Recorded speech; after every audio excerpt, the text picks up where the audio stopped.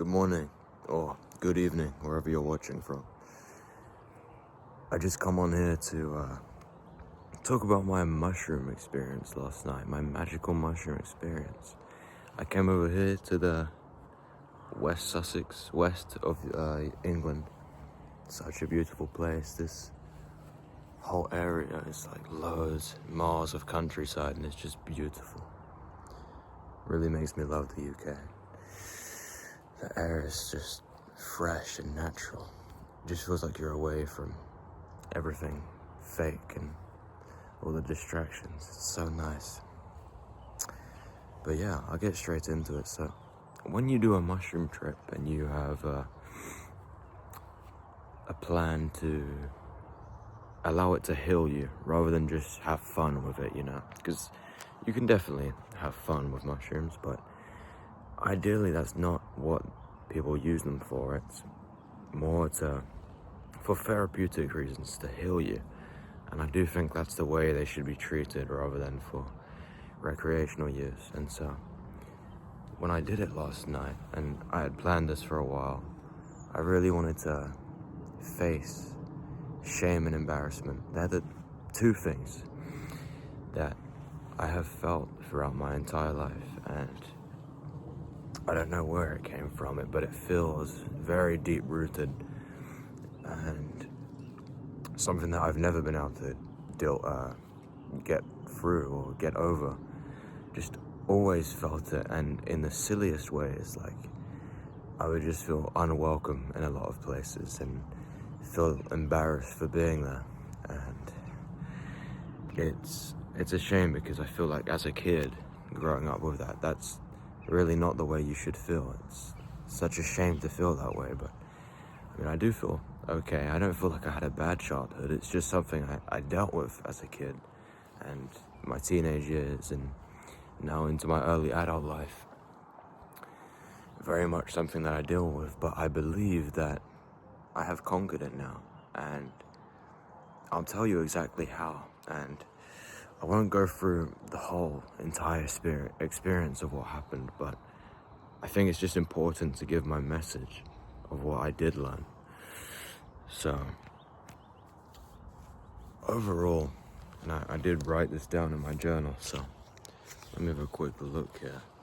So I'm just looking in my journal here, and there were actually 3 things that I feel like I conquered in this experience. So it was shame, embarrassment, but the first thing was expectations. And a worry of mine was that I might have an overwhelming experience, that I may take too much and see something really bad. And in the first few hours of the trip, I definitely experienced both of that. I experienced underwhelming and overwhelming. But I realized that the only thing that's gonna determine whether this is bad or not is my perception of, or my prejudgment. And so I definitely got that feeling of there's no need to have expectations, because that's the only thing that's assuming or that's determining that something is good or bad. Does that make sense? To me, that makes a lot of sense, but I'm trying to translate it for you. Maybe I just need to let it process in my mind a bit, but it was just very much like, if you have no expectations, it's hard for something to be bad or good in that category. But most of the time, as long as you have a positive mindset, a lot of things will be good. Does that make sense? I think it does. To me, it makes a lot of sense. So as I was saying, I initially had intentions to face the demons, or whatever the source of my shame and embarrassment was. That was my plan. But instead, I was more greeted by the knowledge that they don't exist. Just simply that they're mental constructs, and like a lot of things are, lust, greed, all of that. They're all mental constructs, but specifically the things I was trying to deal with, shame and embarrassment. It's something down the line made me believe that and made me feel that way. And so, even trying to face it, even trying to discover where it came from is reinforcing the belief that it exists. So, as I said, my plan was to face the demons, but and I thought that maybe I'd get some childhood memory of where it came from, but it was like it wasn't necessary to, because I was just getting so much knowledge that it doesn't exist. There is no shame and embarrassment. And what an amazing feeling. So bringing that back to soberness, I mean, not like that made me, high. I don't like to put that, because I don't like to determine shrooms as drugs. Really, it's plant medicine. So saying sober doesn't sound great, but bringing it back to my everyday life, I mean, it's really helped me deal with that. I mean, it's just the morning after now, so trying to recall what happened last night it's quite hard. But that's exactly why you write things down. In more detail, the way that I actually did this trip was I consumed the mushrooms, about roughly 2 to 2.5 grams, because it's one of my first times doing it, so didn't want to do anything too overwhelming. But once I felt the peak coming, which was about 60 minutes for me, I put on my blindfold and headphones and listened to, if you're in this kind of community, you would know the John Hopkins music for psychedelic therapy. And wow, at first, you know what, it was very scary, almost tormenting, the way the music sounds and the way you kind of don't know what to expect. And I very much got a feeling like I was alone. And actually, it was then that I really did feel the shame and embarrassment again. Just feeling alone, feeling like no one else feels that way. Like there's no one else out there who experiences the shame and embarrassment I do. And it was very overwhelming, very tormenting. And I did get like awful thoughts telling me like, the only way to get out of this is to die. And even that wouldn't be an escape, because I am aware that we're more than this consciousness. So it was kind of terrifying, but I just persisted and I didn't resist. I just pushed through.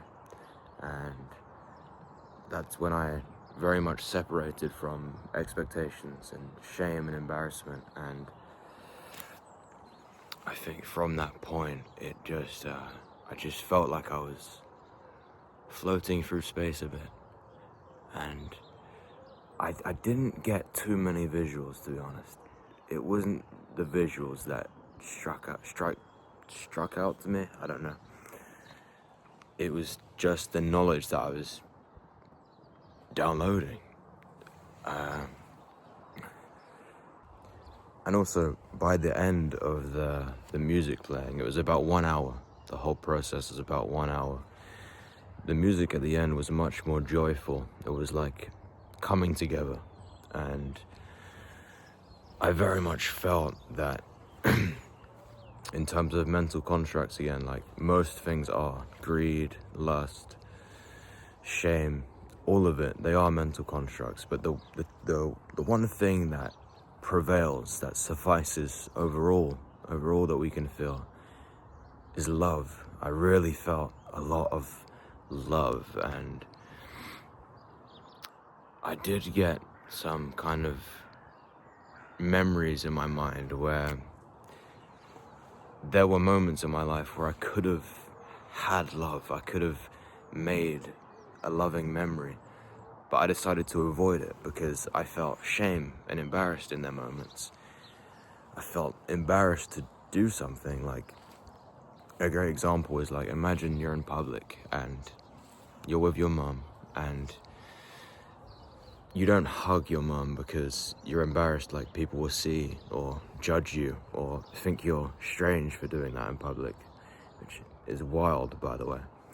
But imagine that loving memory that you could have created right there, and then you avoided it, just completely neglected the potential of a memory that could last a lifetime because of something that's not even real, like shame, that you've led yourself to believe. And I'm not blaming you for that, you know. The world that we live in nowadays, with all these distractions, social media, people telling us what we're not, it's not hard. It's very easy, you know, to believe in these things. But I truly believe in what I witnessed last night and what I experienced. It was beautiful, and I know now that I haven't really conquered shame and embarrassment because it's not real. It's not a thing. It just isn't real. And so the way I feel right now in my everyday life is that why would I choose to feel that way over something real like joy and love, you know?